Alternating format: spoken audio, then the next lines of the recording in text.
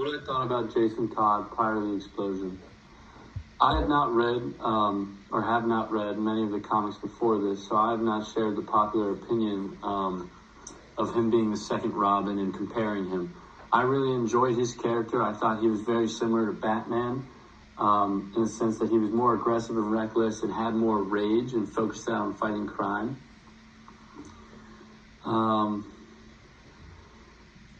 He was just a kid who's seeking validation, and he's very young and impulsive and rebellious, but that lines up to where Batman found him.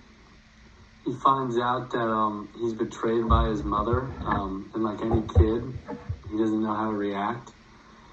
What I thought about Jason Todd during the explosion, he remained a good kid at heart. His mom tried to save him. There was a lot of setup to it. I wasn't really sure. Besides the title, A Death in the Family, I wasn't really positive if they had actually killed him off. Because, like we've talked about in class, it's very rare you see, especially also in the middle of the book, that they kill off such a main character.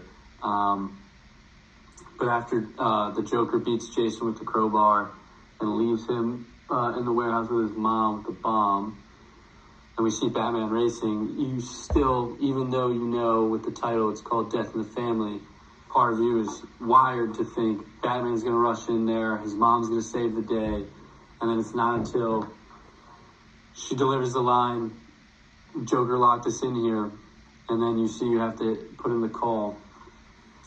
And overall, I think if I was in a situation where I got a vote on this matter, I probably would have voted for him to die, but not for the reasons of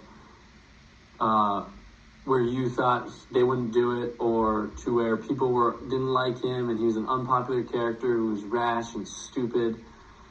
I just think it would have been interesting. I think it would have just been, it's a fun way to take the story. I think it's very unique that they killed off him in the middle of the book instead of just ending it there and creating a whole new comic. That's how I would have voted. Some of my thoughts on the aftermath of the explosion was, I thought they gave him a very graceful last image for readers.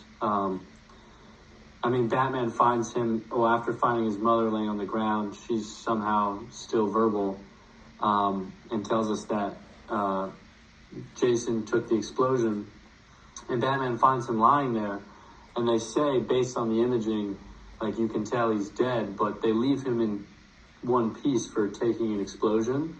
I think that's a really interesting way that I think they maybe wanted to pay respects to the character, and give him the opportunity to just stay in readers' minds as not a graphic image. But that could also be because that wasn't allowed. I'm not well versed in that.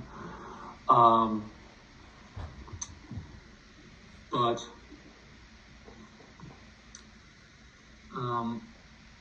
think this gives a lot of layers to Batman, and it's seen as one of his greatest failures. I don't really know. After, I feel like you can see a little bit of increased darkness with Batman, which is obvious. He's dealing with immense amounts of grief and dealing how to process it.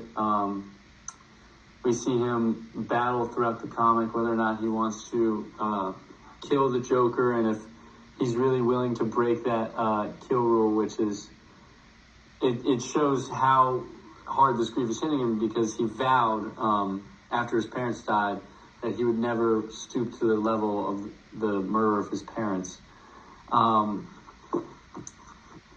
You got to see him very reluctant to the character Tim Drake and bringing him on at the end of the novel. He was very, I think, hyper aware of the damages that could cause. I also, after the death of Jason Todd, I thought about possible scenarios or possible comics in the future where they bring him back in a sense, because they did give him such a peaceful ending and keeping his body intact. I thought about maybe there being a world where somehow he survived, but I don't know. That's an interesting take. I enjoyed this comic. I thought it was interesting. I think they threw in a lot of just things to try and keep it going after the vote. with Superman coming in very briefly.